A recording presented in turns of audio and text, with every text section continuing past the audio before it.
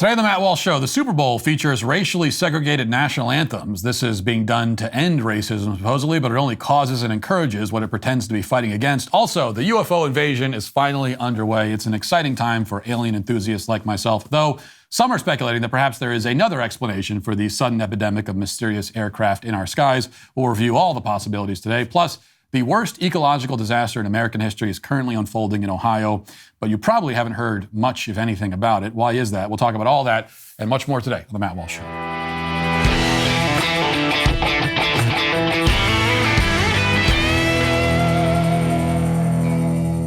You find yourself saying you can rely on the government? Well, of course you don't say that.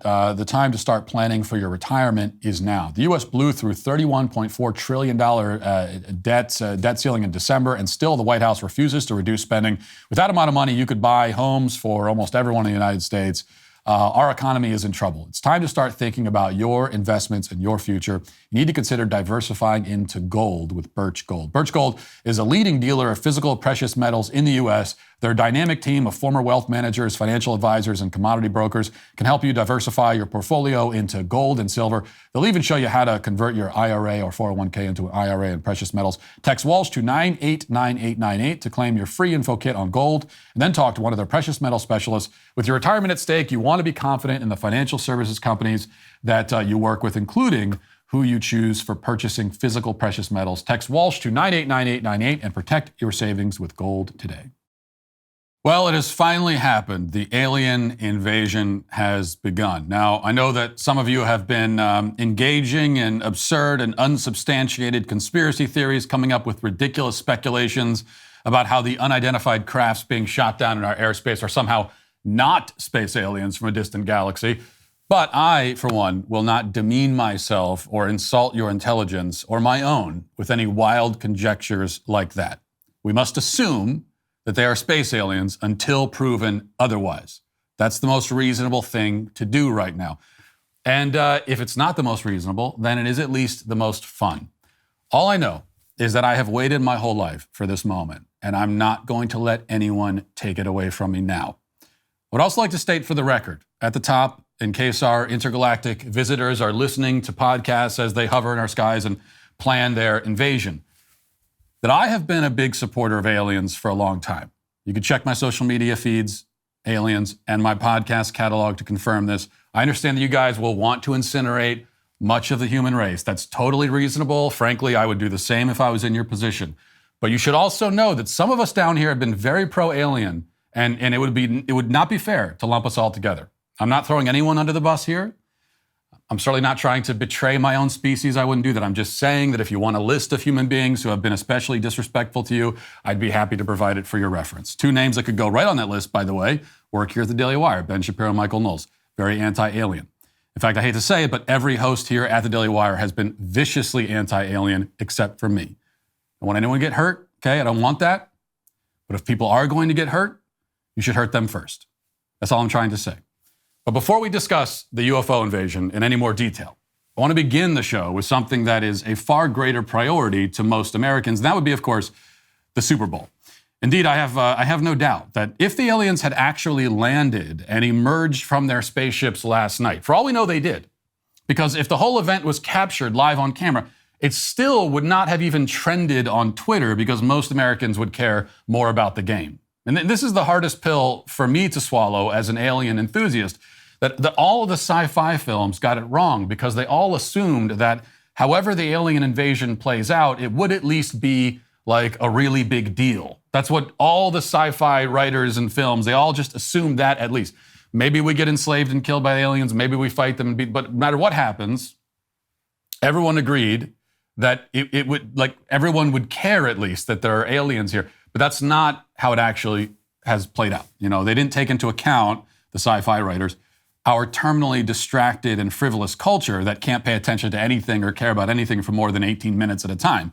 In reality, aliens could come here and actually begin leveling our cities and enslaving mankind, and we would get bored with the story in less than a week.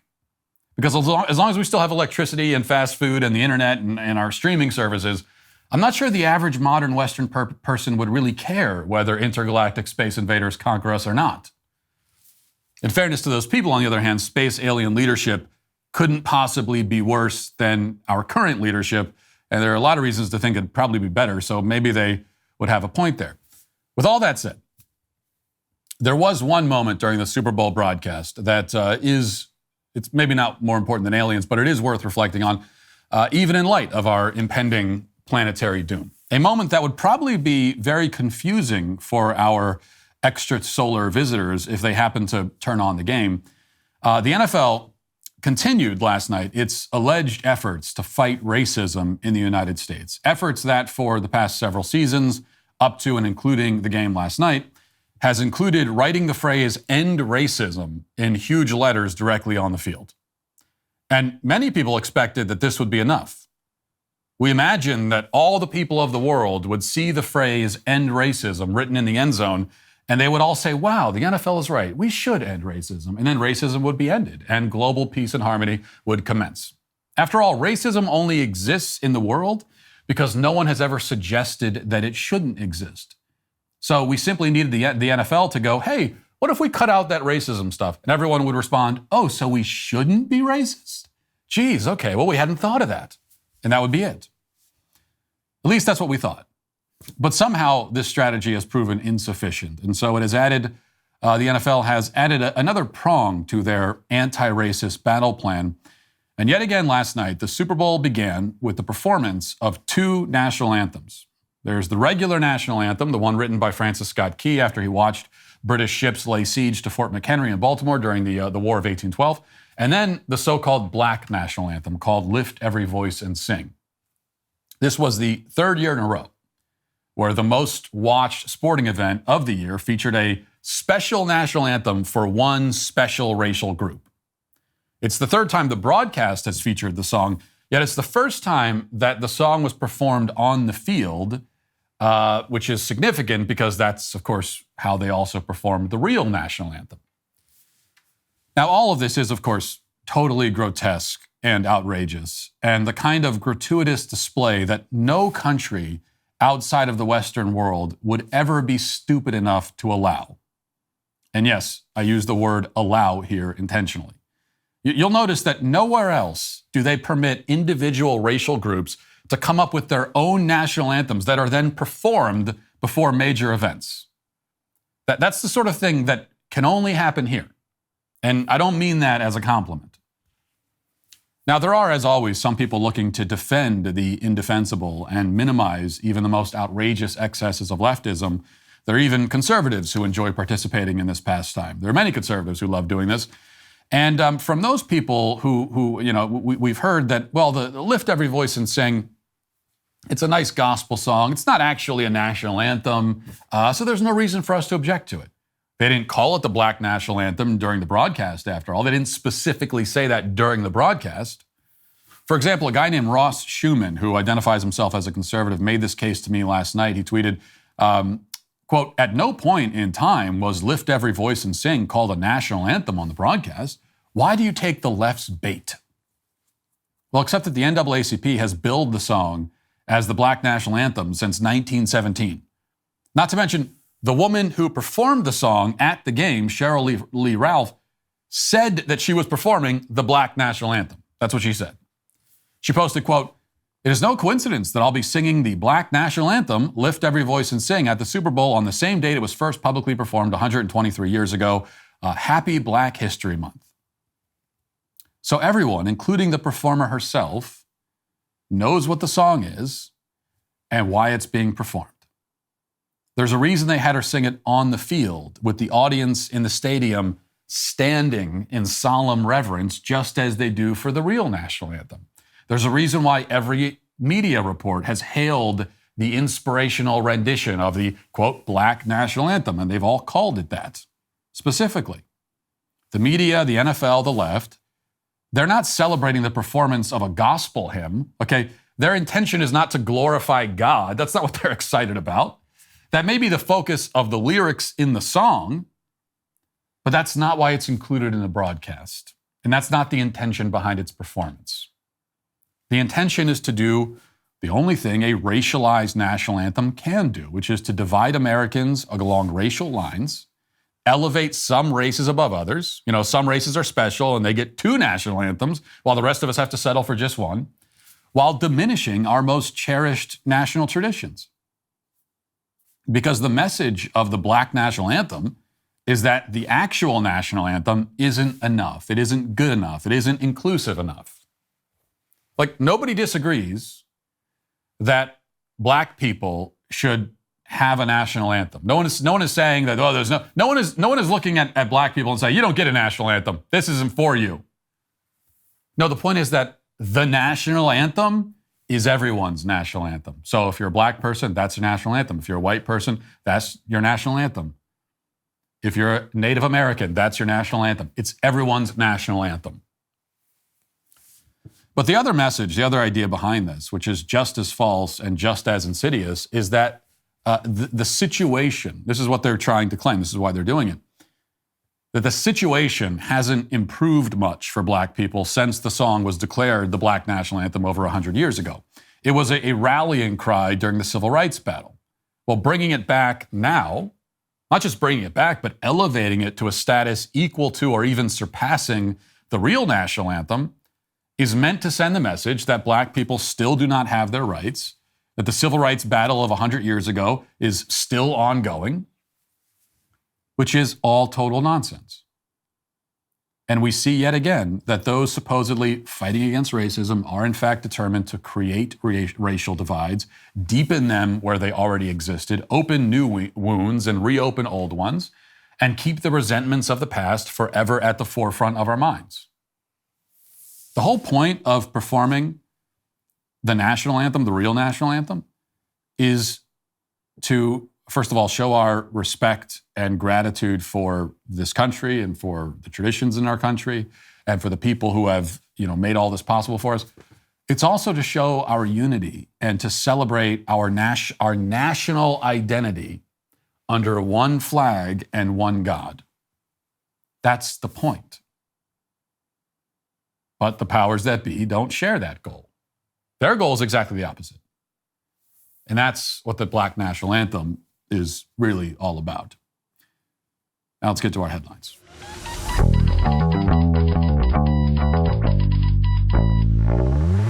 Well, I hate to break it to you, but you will die someday. Whether you're a first-time parent, early in your career, or a recently empty nester, you need to make sure that you have a plan in place for when you meet your demise, which is coming around the corner at any moment.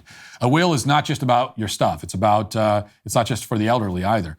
When you leave behind a will, you leave behind a legacy. You ensure that your wishes are honored when you're unable to see them through. You ensure that your loved ones are taken care of even after you're gone. My partners at Epic Will help you decide today how the future will look if you die tomorrow. Did you know that 50% of Americans don't even have a will?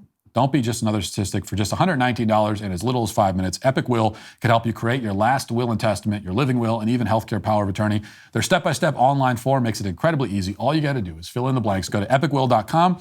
Use promo code Walsh to save 10% on Epic Will's complete will package. That's epicwill.com, promo code Walsh.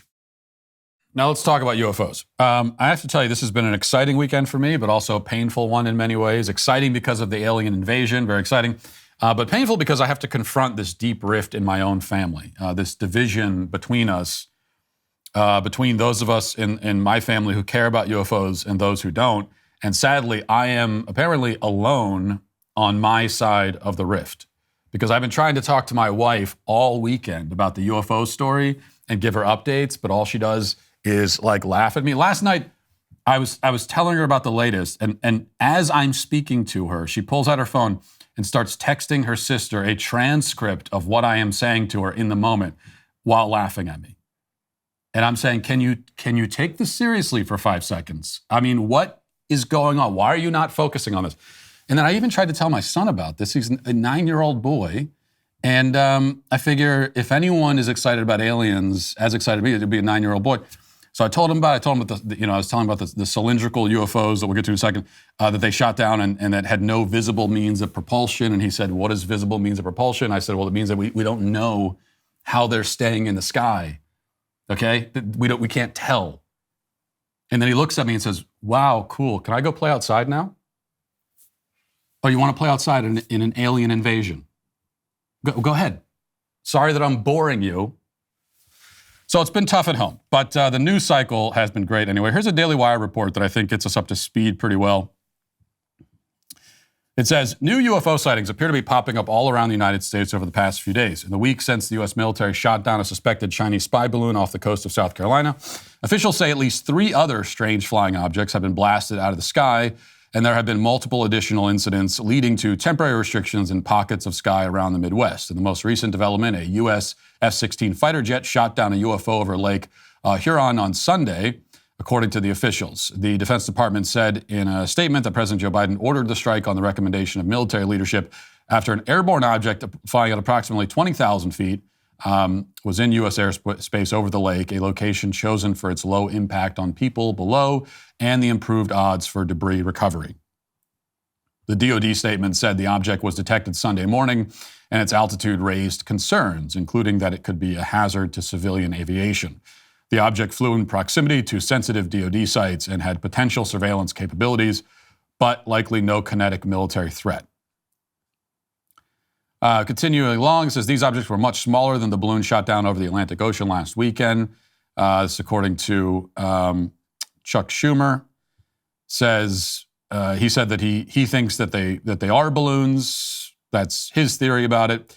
Pentagon spokesman Brigadier General Patrick Ryder said on Friday the UFO shot down over Alaska was about the size of a small car and not similar in size or shape to the suspected Chinese surveillance balloon. So there was the balloon that they were very hesitant to shoot down. And in fact, they let it float over the entire continental United States before they finally shot it down.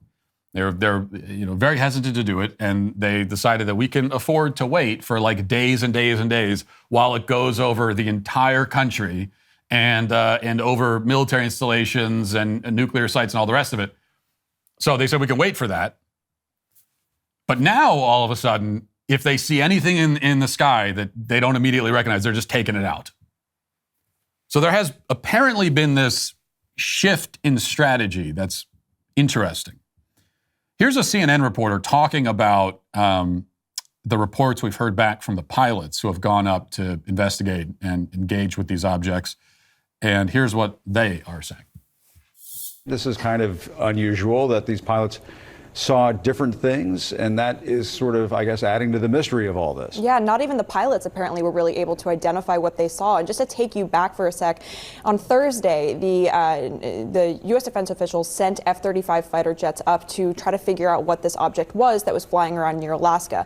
Those pilots, we have learned, have given very conflicting accounts of what they actually experienced, with some pilots saying that the object interfered with the plane's sensors, other pilots saying that they didn't really experience that, other pilots saying that when they looked at the object, they could identify no identifiable propulsion system, and they did not know how it was actually staying in the air, cruising at that altitude of about 40,000 feet.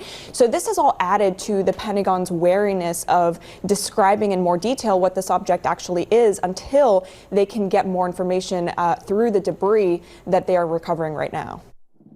So that's something, again, to keep in mind, that they're claiming that they don't know what these things are, and they don't even know how they're in the sky. They don't know how they are managing to remain aloft in the sky, and yet they're just shooting them all down anyway. That's what they're claiming. That's the story they're telling us.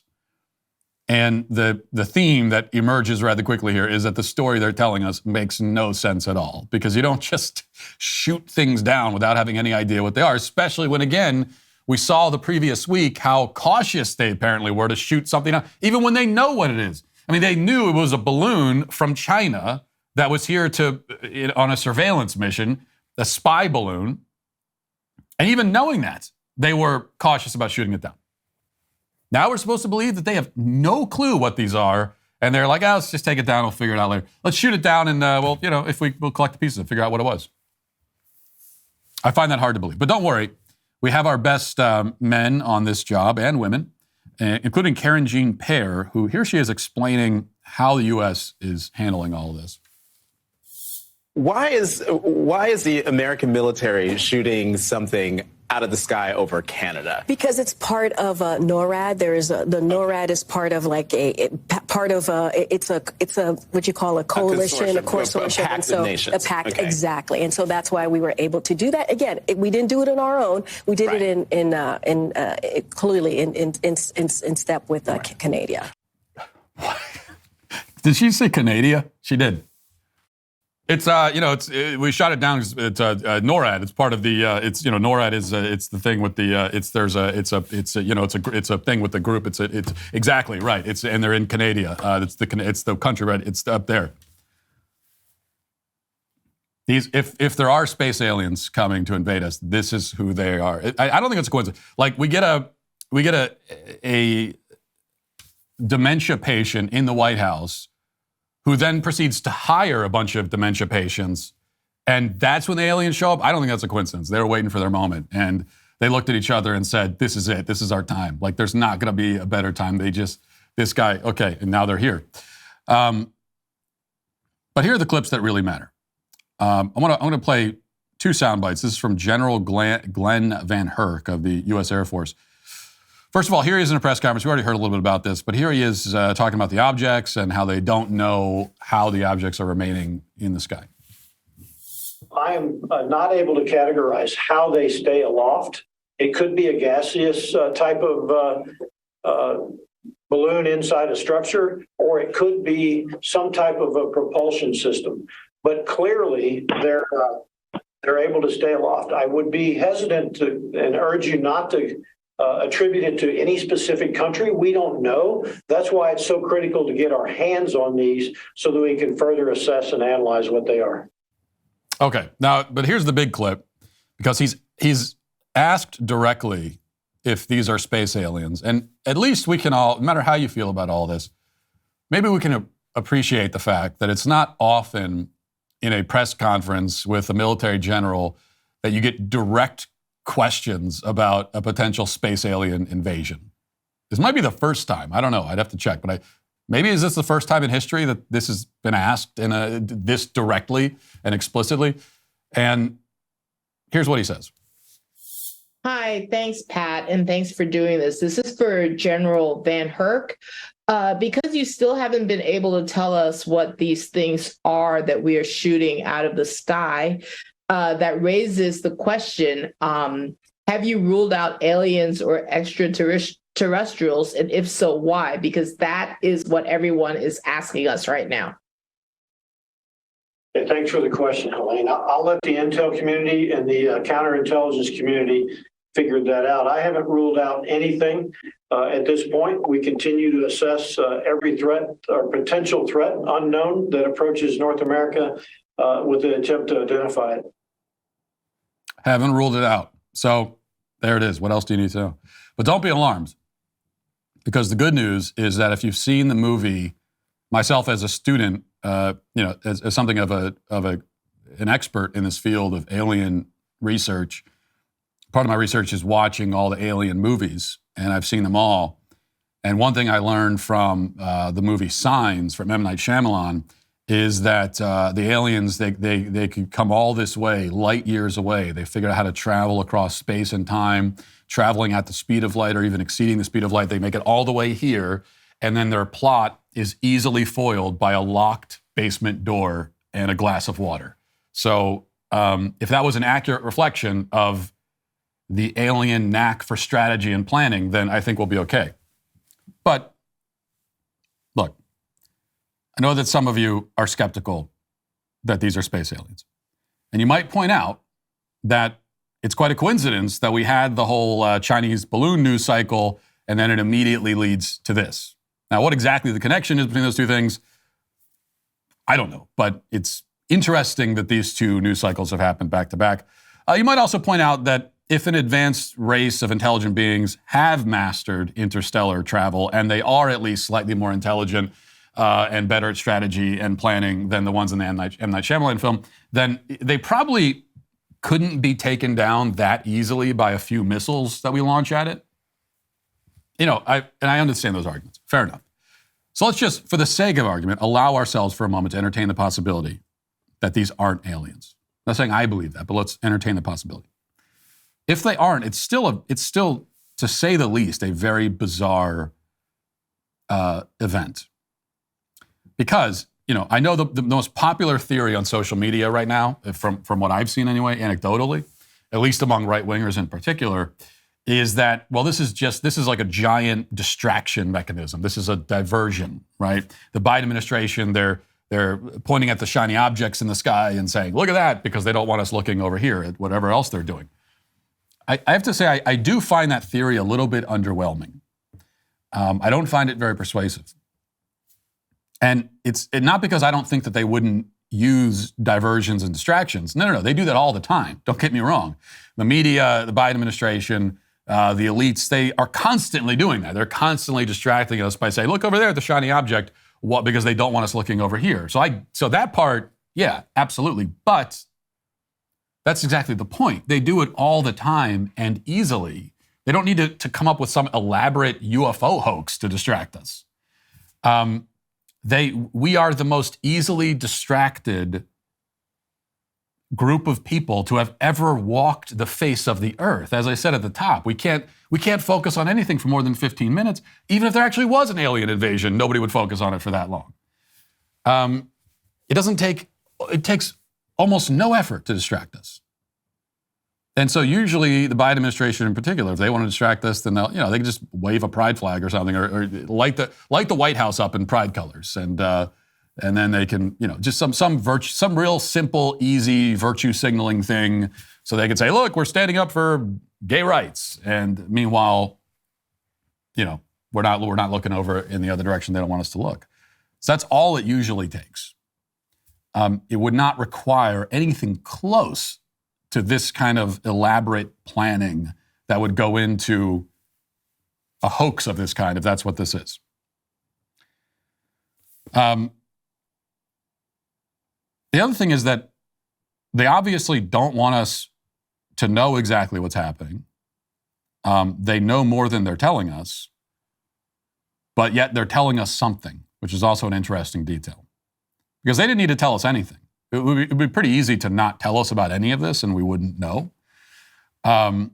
It's not like most of us are, these are, from what I understand, for the most part, these are not objects that people saw and then we started talking about it and then they came along and said, oh yeah, we're trying to figure out what that is. It's more like they told us, hey, there are these objects in the sky. Well, what are the objects? I don't know. Who knows? But they're there. So it's something that's happening that they want us to know about, but they don't want us to know exactly what it is. How do you make sense of all this? I don't know exactly. But I do know that however you explain it, certainly incompetence has to play a role here. And that also makes it more difficult to speculate and more difficult to come up with reasonable theories because there's always that element of incompetence that you have to factor in. Like I said a moment ago, just the simple fact that they're claiming they don't know what it is and yet they're shooting them out of the sky. I don't know what it is. They're also claiming that they know it's not a threat. They're claiming to know that. Don't know what it is, not a threat, yet we're shooting it down without figuring out anything else. None of that makes sense. Could be an indication that they're hiding something. They certainly are hiding some things. Maybe that's part of what they're hiding. But also, just keep in mind that these are, you just heard Karen Jean-Pierre. She represents the White House, and she represents it well, or at least I should say accurately. So these are incredibly incompetent idiots, and you always have to remember that. So it is actually plausible. It's plausible that they really don't know what these things are, and they're just shooting them down anyway. And partly they're doing that because they got embarrassed by the spy balloon before.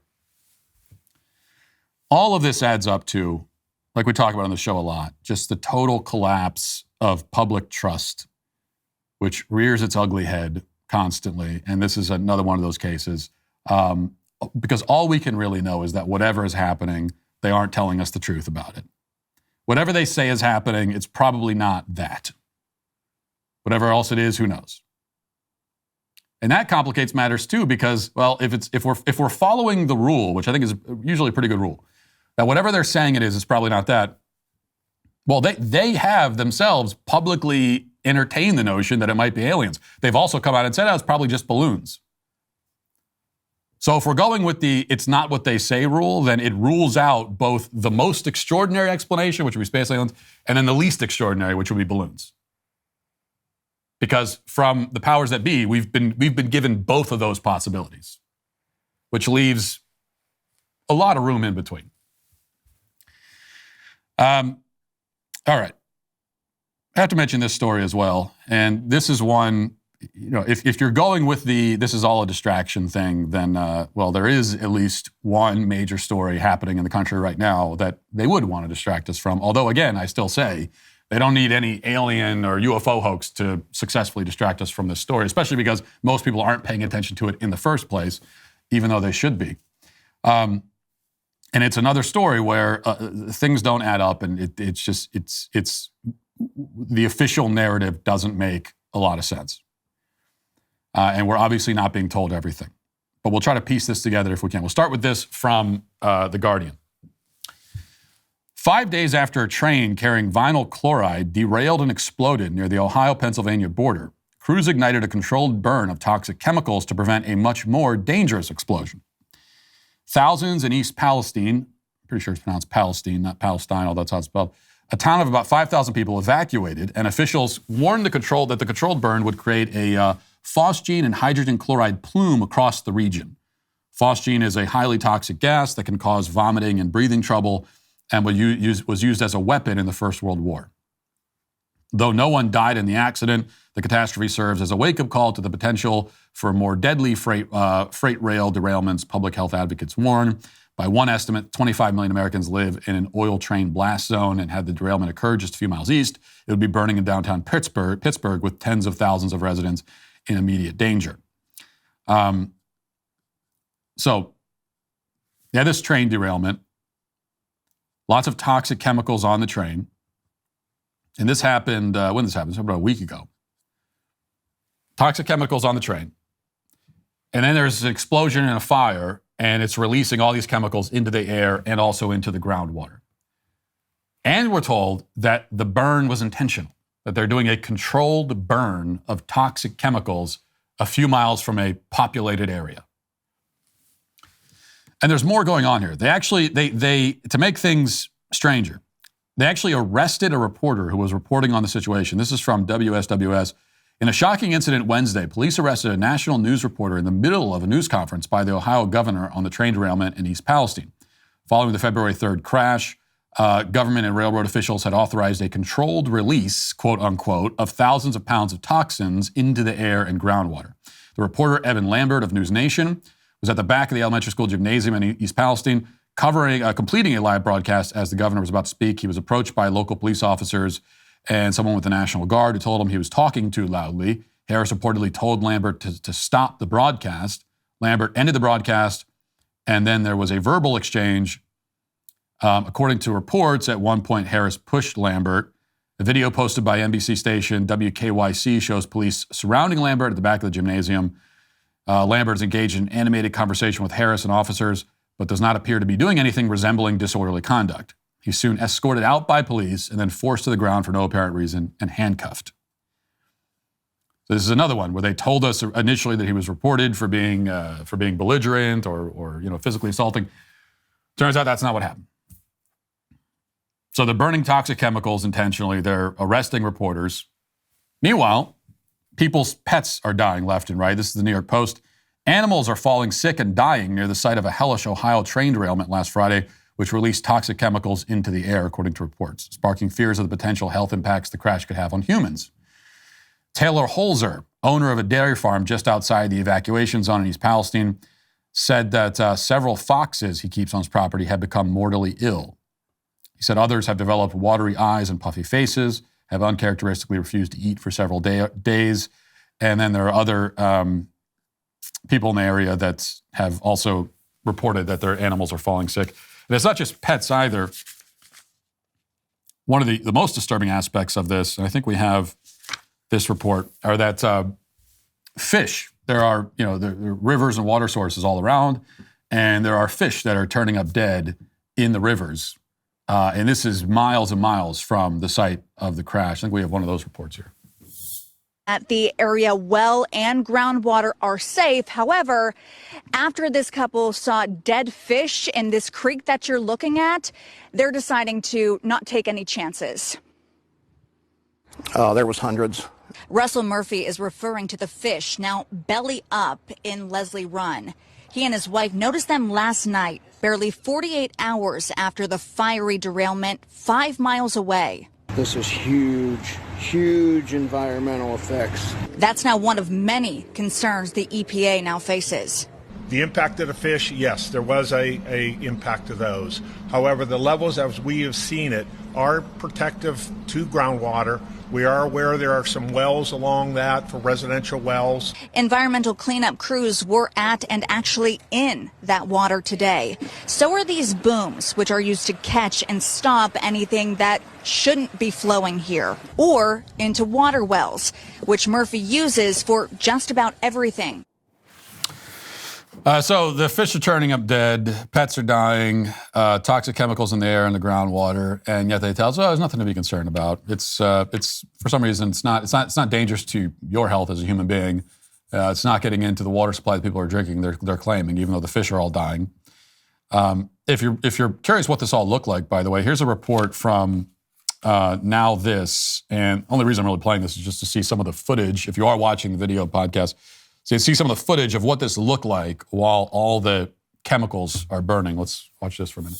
You're looking at a toxic cocktail of harmful and potentially deadly chemicals purposely being burned off by authorities. But why? Let's rewind. This all started with a train derailment in East Palestine, Ohio, a town of nearly 5,000 people. 5 of the cars that derailed were carrying vinyl chloride, a dangerous chemical linked to multiple cancers. It's used to make a whole bunch of things, from car parts to PVC piping, but on its own, vinyl chloride can cause blisters, headaches, dizziness, and can be deadly if breathed in for too long. It's also unstable, and at least one of the train cars was at risk of exploding and sending deadly shrapnel flying as far as a mile. And while that massive explosion didn't end up happening, many are wondering if the way authorities are going about mitigating the incident is the best course of action. To avoid a catastrophic explosion, officials conducted a controlled release of vinyl chloride a few days after the derailment. They pierced the train cars so the vinyl chloride could drain into a trench and burn. It resulted in this. Authorities said that the controlled burn would release hydrogen chloride and phosgene into the air. Yes, as in World War I chemical weapon phosgene. So what does that mean for residents? Well, everyone living within at least a 2-mile radius of the derailment site was ordered to evacuate. Ahead of the controlled burn, authorities released an evacuation map and essentially said, if you're in this area, leave or risk dying because of toxic fumes. Authorities have been monitoring the air and water quality since the controlled release started and said that none of the readings were concerning. But many evacuated residents still have questions, namely when they'll be able to return home safely. While the possibility for a massive explosion is no longer a danger, there's been no timeline given for when it will be safe for people to return to the affected area.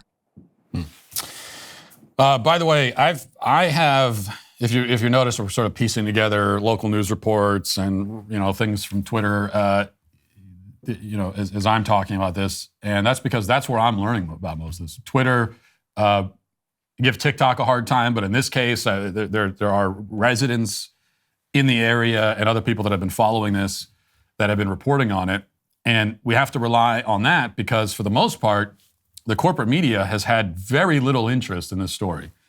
Like if you go to CNN.com or NBC News or one of those, New York Times, you're not going to find much, if anything, about this. Even though, again, to review, train derailment, they intentionally burn toxic chemicals, sending them into the air and the water supply. Pets are dying, fish are dying, people are likely getting cancer as we speak, okay? All of that is happening, and there's very little interest in it. This is, easily already at least one of the worst ecological disasters in American history. Already, it's that. And that's based on what little we know. Because, again, in spite of the fact that this is happening in the modern United States, okay, this is not happening in the middle of North Korea somewhere where they've closed off all the avenues of information. This is happening right here. It's happening in Ohio. And yet we're being told very little about it. And from what I've heard from people in the area, what we are being told makes it seem a lot better than it actually is. It's even worse than what little we're being told about it.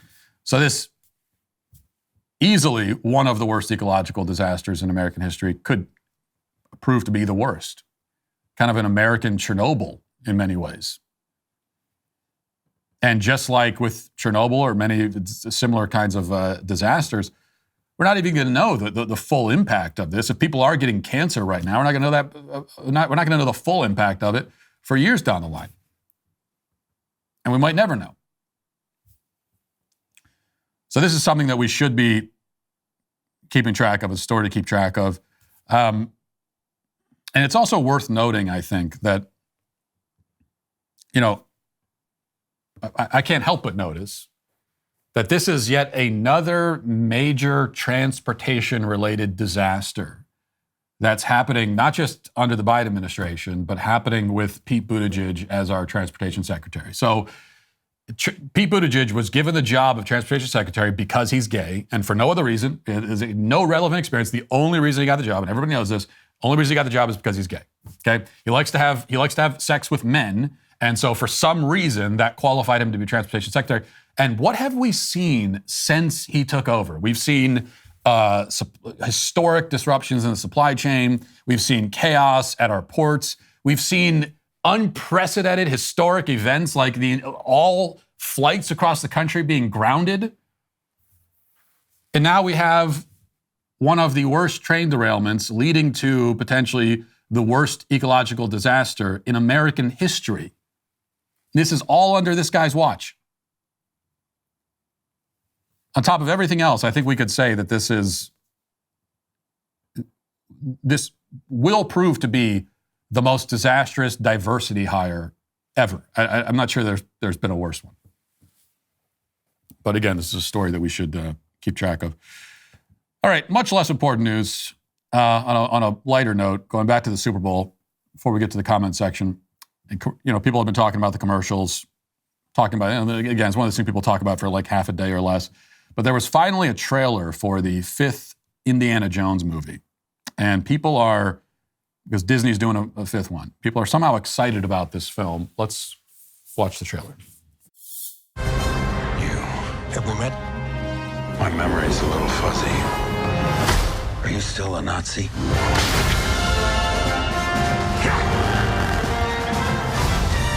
him hell, Indiana Jones!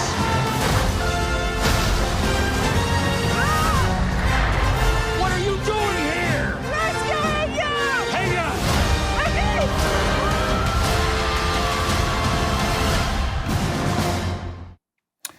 Yeah, I don't know how people just never learn. This is part of the programming, I guess, and that we are a culture obsessed with entertainment, and when it comes to part of the reason why we like to be entertained all the time is because people say this, I could turn my brain off. I just want to watch something where I can turn my brain off. Yeah, well, do you ever turn it back on is the question. So somehow people never learn, because I'm watching some of the reaction to that trailer. And most people, including like people that I know are conservatives, seem pretty hyped about it. They're pretty excited. Oh, it looks good. This is going to be great. And I'm just wondering, and no offense, but how stupid do you have to be at this point to actually be excited for a franchise reboot film from Disney? Like, how many times do you need to see how this works before you learn that it is always going to be terrible? Like and the only way to stop it is if people just stop showing interest in the films and stop going to watch them. Because what's going to happen is this stupid movie is going to come out, and people are going to flock to the theater. It's going to make $1 billion, and 90% of those people are going to leave the theater saying, "No, it was terrible. It was woke garbage. It was woke garbage that I just gave my money to."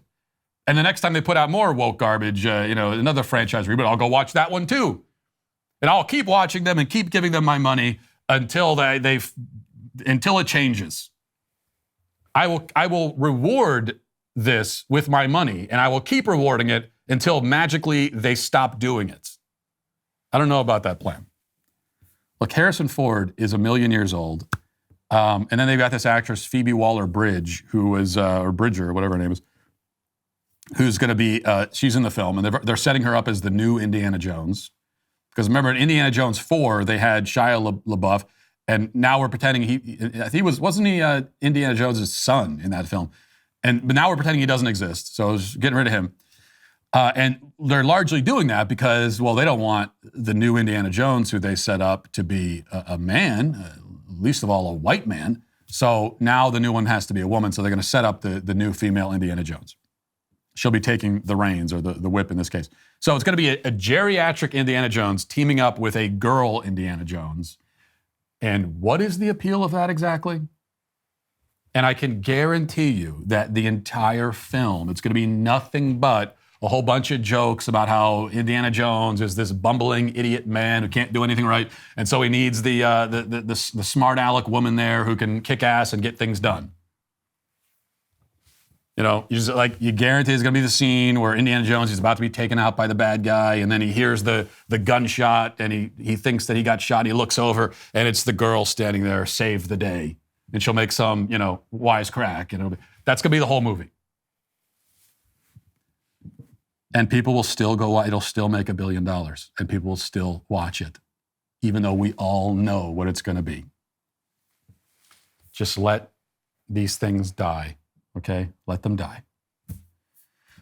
On that note, let's get to our comment section. Daily cancellations are the law and order of the day.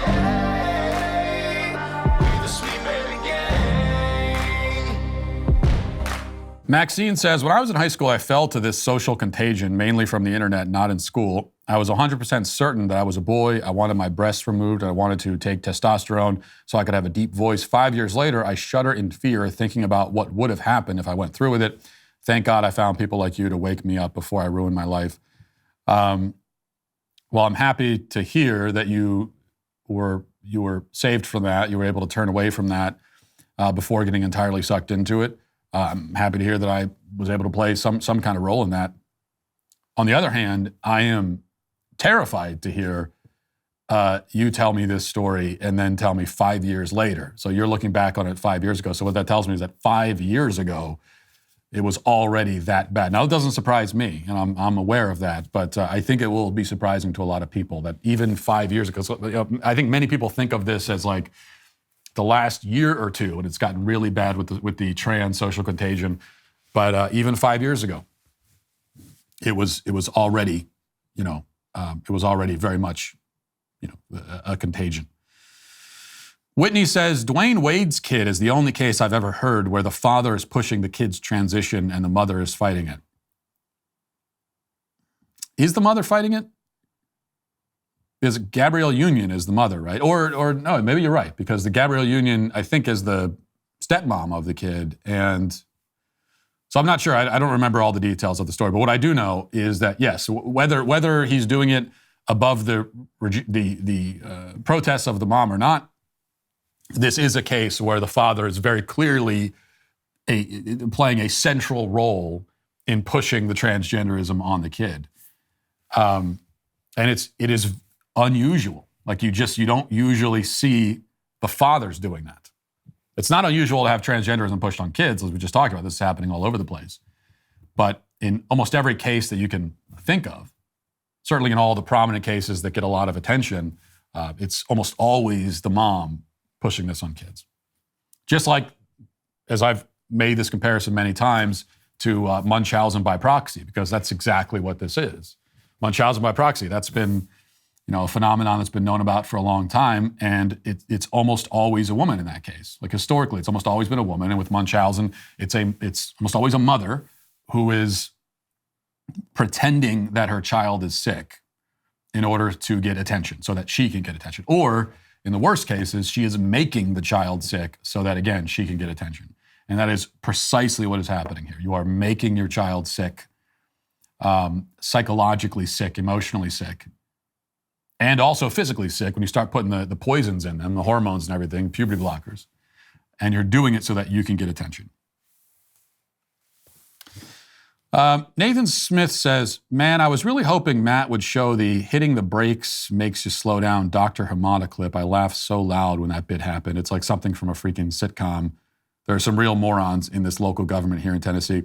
Yes, I forgot about that moment. So let's relive that now. I forgot until I saw your comment. That was and that got a laugh from me sitting in the hearing room.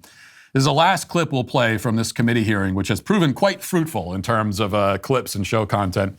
So, this is the guy, again, who tried to corner me on my credentials, and we know how that went for him. He did the same thing to an actual doctor who played that clip, Dr. Hamada, This is another moment from that questioning of the doctor that I had forgotten about until now, but I did enjoy it in the moment. Here it is. Amazingly, liberal Europe has, let me just say the United States has severely exceeded even what liberal Europe has done on many facets, whether it's gender transformation or the issues of life or the issues of euthanasia, et cetera. I don't know what the problem is, but it seems like here in the United States, we are rushing to extreme positions. And with regards to this in particular, the UK, Sweden, and Finland have actually put the brakes on with regards to these gender transitions in our pediatric population. Chairman Payson, you good? All right. Representative Clemens, you're recognized. Yeah, thank you, Mr. Chairman. I got to take issue with your position about these European countries. I think what you just said about Finland's actually completely false. What part? Well, you just said that they put the brakes on this entirely. Is that accurate? Are you going to sit here and testify to this committee that Finland just put the brakes on this care entirely? From what I understand, they have slowed down. They have not. They have. They were fast tracking things like this, but from what I understand, they have. Now they're slowing down. They hadn't put the brakes on it. Putting brakes on slows you down. It was just, man, it was great. There were so many moments like that. It was just this guy, Clemens, I forget his name now, Lee Clemens, I think. He, so many attempts. It wasn't just me, just so many attempts to back people into corners and to get a like a gotcha moment, and it kept backfiring on him over and over again. And I love that because it's not even semantics either. It's like, yeah, they are putting the brakes on, but as you know, to play the analogy out, when you're in your car and you put the brakes on, it doesn't mean that you are screeching to a halt. That might be how this guy drives, the legislator, but that's not how it's supposed to go. It just slows you down. And it also is, by the way, completely true that in a lot of these European countries, they are putting the brakes on / slowing down with a lot of this stuff. And that should tell you something, because usually, you know, when you look at Europe, Western Europe in particular, you can find that they're always like a few train cars ahead of us on the crazy train. And so you can look at where they are and you know where we'll be in the future. But in some areas, they are pulling back, at least ever so, maybe not completely, but they are pulling back from some of this because they've seen how disastrous it's been while we just go full speed ahead. So that is what's happening. Another great moment there at the hearing. To celebrate President's Day this year, the Daily Wire is launching our Presidents for Sale sales, what it's called, with 40% off new annual memberships. We are giving you 40%. Get access to the world of Daily Wire Plus with fearless documentaries, gripping movies, Dennis Prager's The Masters program, and the entire library of Jordan Peterson's work, including new productions like Exodus, Logos and Literacy, and On Marriage. Coming down the pipeline to a TV or laptop near you, we have new episodes of Ben Shapiro's The Search, Exodus Part 2, our much-anticipated DW Kids content, and Pendragon later this year. To sweeten the deal, like ice cream, we're also giving you up to 40% off select items in the Daily Wire shop. Take advantage of our Presidents for Sale sale today. You know that he would, so just go to dailywire.com/subscribe to become a member today. That's dailywire.com/subscribe. Now let's get to our daily cancellation.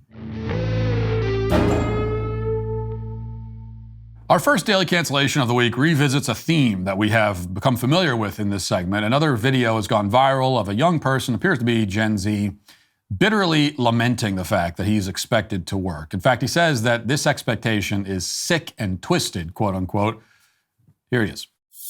It's sick and twisted that I have to work just to survive, just to live my life for basic ass necessities.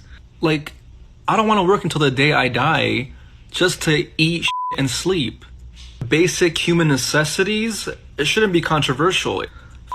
Free housing, free healthcare shouldn't be a pipe dream. And I know a lot of people are going to be like, oh, you should be doing this or that. No. Like, what if I don't want to be rich? What if I want to achieve I still have to work till the day I die just to live? Just to survive? People give up their entire lives just to retire at the ripe age of 60 whatever. For what?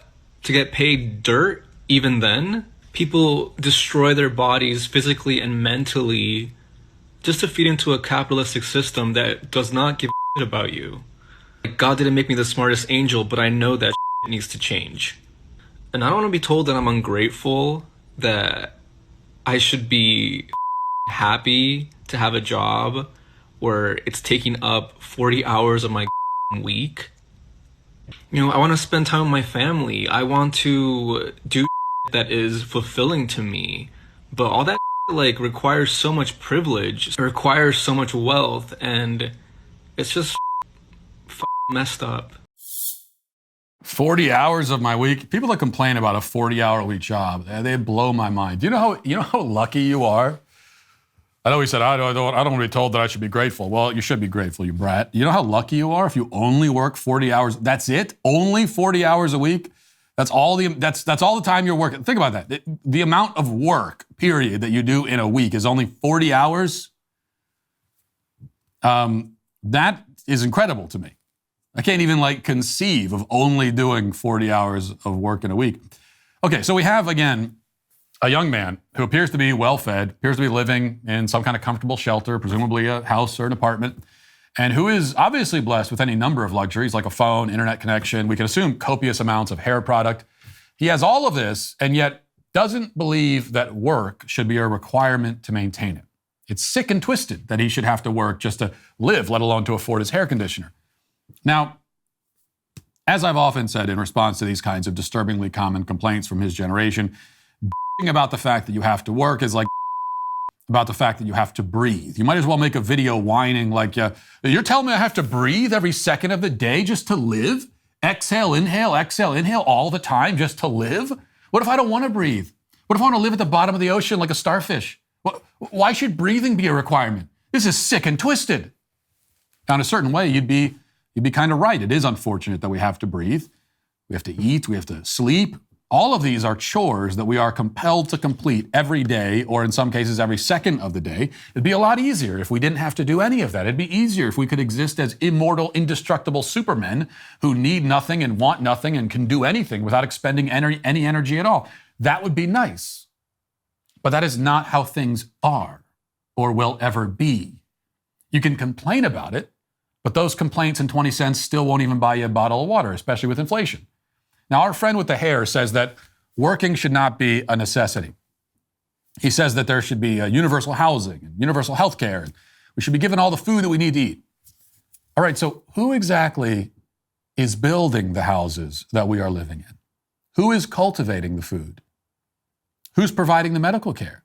You could say, well, the government will do it. But the government is not a genie that can make things materialize out of thin air. The government can only hire, or more likely conscript, other people to build the homes and harvest the food and so on. What this means, as I'm constantly having to remind the younger generation and my own generation, is that no matter what happens, no matter what system is in place, someone, lots of people, have to work in order to keep all of society afloat and all of the many mouths, including your own, fed. People have to work. There is no way around it. Our system doesn't demand it. Capitalism doesn't demand it. Life demands it. What you are demanding is not that you get to drop out of the system, but that you be granted the privilege of benefiting from it without contributing to it. You want others to work for you in exchange for you doing nothing. You want slaves is what you want. That's what you want. You have all the moral credibility of a plantation owner in the 1840s. You have less moral credibility, in fact, because even those plantation owners personally did more work than what you're willing to do, apparently. So you want to do literally nothing and have everyone else do everything. But what you can't explain, either morally or economically or logistically, is why any of the rest of us should submit to that system. Why should we agree to that? You know, you're sitting there saying, hey, I have a proposal. Here it is. I'll do nothing at all, and you guys will take care of me and do all the work, and in exchange, I will contribute absolutely nothing of value to the world.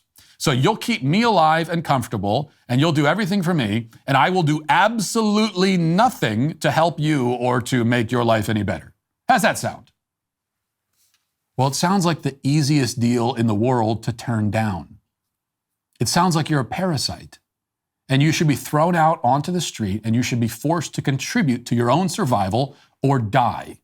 That's what should happen. That should happen like this kid, not even a kid, a grown adult. Today, he should be thrown out. I'm assuming his parents probably take care of him. Throw him out on the street and say, you're done. This is for your own good. Figure out how to survive. That's what it sounds like. That's what you need. Sounds like life needs to give you some shock therapy, son. Sounds like there are a whole lot of people in your generation who need the umbilical cords finally cut. It sounds like you've been living with nothing at stake, no skin in the game, no real pressure, and you need some pressure. You need some consequences introduced into your cozy, pointless existence. By the way, just so you know, the only reason you're able to exist and survive as such a soft, non-contributing little brat is because of capitalism. You complain that capitalism has made your life so difficult, but in fact, perhaps the greatest indictment on capitalism is that it has made your life far too easy. Capitalism's greatest flaw is you, okay? The greatest problem with capitalism is it has made people like you possible. Because prior to our modern capitalistic age, somebody with your attitude would be dead. You would have died a long time ago. If you refuse to work every day, and I mean every day, all day, sun up to sundown, that's the situation that most people historically have faced, and even today in most parts of the world. You are working every day, every single day, sun up to sundown, and when the sun goes down, you fall asleep dead tired, and then you get up and you do it all over again. And if you tried to drop out of that system, or if you complained that it was too sick and twisted and you didn't want to participate in it, you either would have died of starvation, or else the other people in your community or village would have banded together and killed you. Or perhaps if you're lucky, they merely would have banished you to the wilderness where you could die of exposure or starvation or get mauled to death. That would have been your fate in literally any society except for the one you're complaining about. A guy like this complaining about capitalism, it's like a billionaire on a private jet complaining about fossil fuels. And the fact that those two would agree on nearly every issue is not a coincidence. The fact that the anti-capitalist Gen Z TikToker lines up ideologically with the billionaire class is not a coincidence. But that's something to explore another day.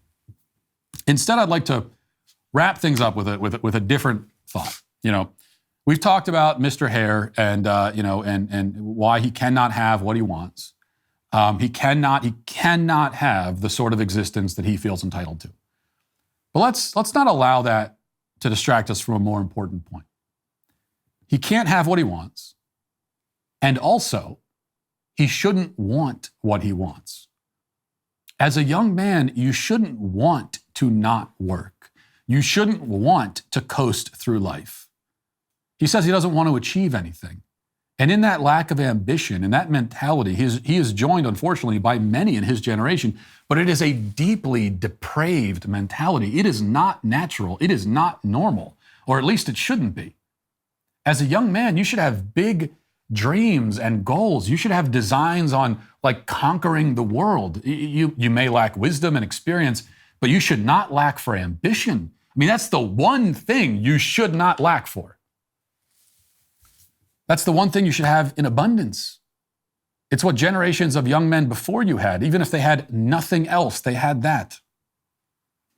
I can remember being in my early 20s. I was impulsive, somewhat petulant. Some would say I still am on both counts. But I had ambition. If someone had offered to hand me $1 million when I was like 22, now I would have taken it because I'm not crazy, but I didn't want it to be handed to me. I didn't sit around dreaming of that. My dream was not winning the lottery or earning an inheritance from a rich relative that I didn't know about. I wanted to earn it myself. I wanted to do it myself so that I could say that I did it. I wanted to scratch and claw my way to success. If anything, my biggest flaw was that I turned down help even when I needed it because I wasn't willing to admit that I needed it. Because I wanted to climb the mountain myself or fail by myself. Many young people through history have been driven this way. It's not, when I say this about myself, it's always, oh, I'm so special. I'm not. That's the point. It's totally normal, or at least it should be. To have this insatiable desire to make something of yourself as a young man is supposed to be the most normal thing in the world. And that's why I just look with revulsion at the young people who don't have this ambition, the folly of youth is supposed to be an overabundance of ambition, fearlessness, a propensity to take too many risks, to be too wild in the risks that you take in pursuit of greatness. We're supposed to be giving you lectures about being patient and taking things one step at a time and not trying to conquer the world overnight. Even at my still somewhat, maybe arguably somewhat young age of 36, especially now with 6 kids, I'm supposed to be the conservative and cautious one. And I'm supposed to be saying to guys like Mr. Hare, hey, settle down, be careful, be safe, don't overdo it. Okay, you don't have to conquer the world overnight. Instead, it's exactly the reverse. Even now, me, middle-aged and with a family of 8 to support, I am still far more willing to take risks, far more ambitious and vigorous in pursuit of my goals than these Gen Z TikTok whiners who are younger and have nothing to lose. Like that's why I'm always saying, if you're a young person, you have no family, no kids, nothing, you can go out and do anything. Nothing should be stopping you or holding you back. You can move anywhere. You can try different things. You can take risks. There's almost nothing at stake. Even if it goes horribly wrong, you end up homeless or something. It's not the worst thing in the world. You don't have any kids. You could scratch and claw and you're fine. You can live in a car for a while. Lots of people have done that. It's not ideal, but you can do it. Now's the time to do it. Where's your energy? Where's your desire for greatness? How can you be this jaded and lazy already? Well, I know the answer. And it's not that the world is so much harder for young people today. I don't want to hear that. It's not that they've been dealt a tougher hand than anyone else in history was ever dealt. Now, there are some unique and profound challenges that young people today face, of course, but every generation has their challenges. You don't have to go back that far in history to find generations who face struggles that none of us could ever conceive of. That's how hard they were. So that's not it. I think the answer is much more banal. The fact is that the digital age, phones, screens, porn, video games, social media, has acted as a great mental numbing agent. Kids aren't programmed from a young age to seek stimulation and affirmation from anything but the little dopamine machines that they carry around in their pockets. The only success they crave is the kind that can be measured in likes and shares. They're never alone with their own thoughts long enough to develop the sort of rich inner life where all of those dreams and ambitions are supposed to live and grow. Now, there may be more to the problem, but there isn't much more to it than that. I don't think there is. We got an entire generation addicted to phones practically from birth, and as a result, we destroyed for many of them any hope that they might become successful and well-rounded as people. And along with that, we destroyed civilization as well. But the good news is that the aliens are just going to vaporize us anyway, so it's all a moot point. In the meantime, however, Mr. Hare is canceled. And that'll do it for this portion of the show. As we move over to the members block, hope to see you there. And if you want to become a member, you can do that using code Walsh at checkout for 2 months free on all annual plans. Hope to see you there. If not, talk to you tomorrow. Godspeed.